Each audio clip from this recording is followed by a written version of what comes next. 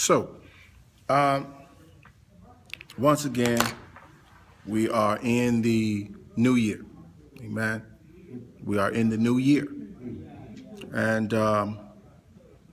we want to make sure that we are walking even closer to God. And we want to make sure that we're going in the direction that God would have us to go. Because I found out that being in God's perfect will is the best place in the whole wide world. There's a lot of places we can be in life, but when we find ourselves in God's perfect will, that's an awesome place to be in. Awesome place to be. And the only way we can accomplish that is establishing a closer walk with Christ, because he is the access to God. In order to get to God, you have to go through Jesus Christ. You can't circumvent Jesus Christ and get to God. Yeah, Jesus Christ is the door that leads us to the way, to the things of God. And I like how Jesus, he comes on the scene and he says, he makes this an ongoing saying. He says, I didn't come to do my will, but I came to do the will of the Father that sent me. And that should be our desire. That should be our concept. We should adopt that precept. I want to do the will of the Father. And so last week, we're going to pick up where we left off last week, and we were in Revelations, the 3rd chapter, the 20th verse. Revelations 3 and 20. Revelations 3 and 20. And Jesus says, behold, I stand at the door and knock.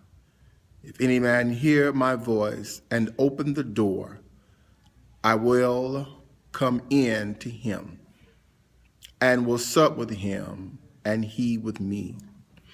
So last week, where I want to pick up is we talked about what are we listening for? Are we in tune with? What are we in tune with? In the midst of chaos and confusion and tests and trials, if at that moment Jesus is knocking on the door, can we hear his voice? We've got other things going on. But now, more importantly, you hear his voice, but here's a greater question. Will you answer it? Will you answer that door? You know it's chaotic. You know it's catastrophic. You know there's a bunch of negativity surrounding you. You know there's some turmoil. You know there may be some anger, some frustration.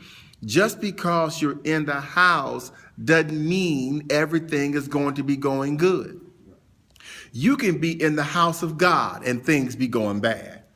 You can be in your own house and things be going bad. You can be sitting in your own car and things be going bad. I don't care where you are, things can go bad.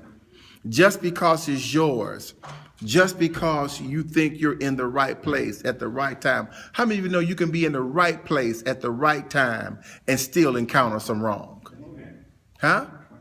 Amen. You can be in the right place at the right time, doing the right thing, and still encounter some injustices, still encounter some negativities. For those just coming in, we are in Revelations, the 3rd chapter, verse 20. Revelations 3 and 20. So Jesus says, and he says here, he says, I stand at the door and knock, which means he's there. He's there. He's there. He said, I stand at the door and knock. If any man hear my voice, which means he's calling out. He's summoning. He's trying to, watch this, get your attention.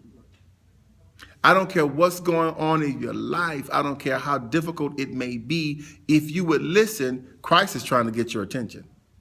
Before you say what you shouldn't say, listen for the voice of God. He's trying to get your attention. Before you do what you shouldn't do, Christ is trying to get your attention. Before you go where you shouldn't go, he's trying to get your attention. In every aspect of our life, if we would try to listen for the voice of God or listen for the sign from God, he is trying to get our attention.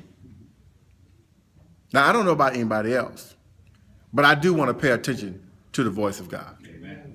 How many know you pay attention to the voice of God, it'll keep you out of trouble? Oh, yeah. If you pay attention to the voice of God, it'll keep trouble away from you. If you pay attention to the voice of God, you wouldn't do some things or say some things that you would regret.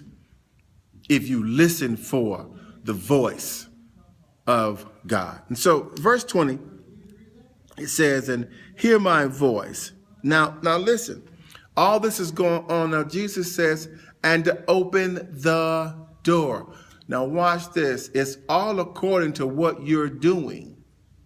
This is why righteous living is necessary. Righteous living is mandatory. Because how apt are you to open that door if you're not doing right? That's right. Not very likely. Not very likely at all. That's why it pays to be living right. I'm going to tell you what righteous living is. Righteous living is simply this. It is the integrity of doing what is pleasing to God when no one else is around to see it. Know this, that God sees all. He knows all. He's omniscient. He's omnipresent. He's omnibus. Omnibus means dealing with many things, all things at one time. Omnipresent, everywhere at the same time. Omnipotent means all powerful. He is all of that. There's nothing you can say or do. There's no place you can go that God don't know. I hate to bust your bubble. He knew you was going to go before you went. He gave you a sign not to. He wanted you to hear his voice. He gave you warning. How many? The Bible says warning comes before destruction. Do you believe that? Yes. Absolutely. I want you to go back in your life when you fell into a horrible pit. And while you were there, God reminded you, he gave you a warning that you didn't have to fall in that pit. How many of you have done things, knew they were wrong the minute before you done it, but you done it anyway? You know you done it.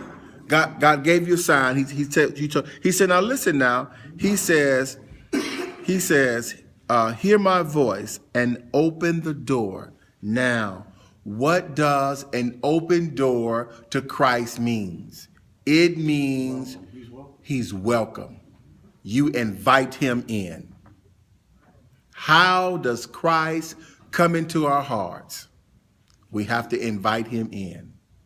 How does he come into our thoughts? We have to invite him in. How does he feel welcome? Because he invites us in. Now watch this now. I'm going to mix two facts here together. Why is he standing at the door? If he knows you're not going to let him in, wouldn't that be a waste of Christ's time? But he is omniscient. He knows you're going to open that door. That's why he's standing there. He knows that at some point, watch this, when you get finished doing what you're going to do, when you get finished saying what you're going to say, when the rough get rough and you can't take it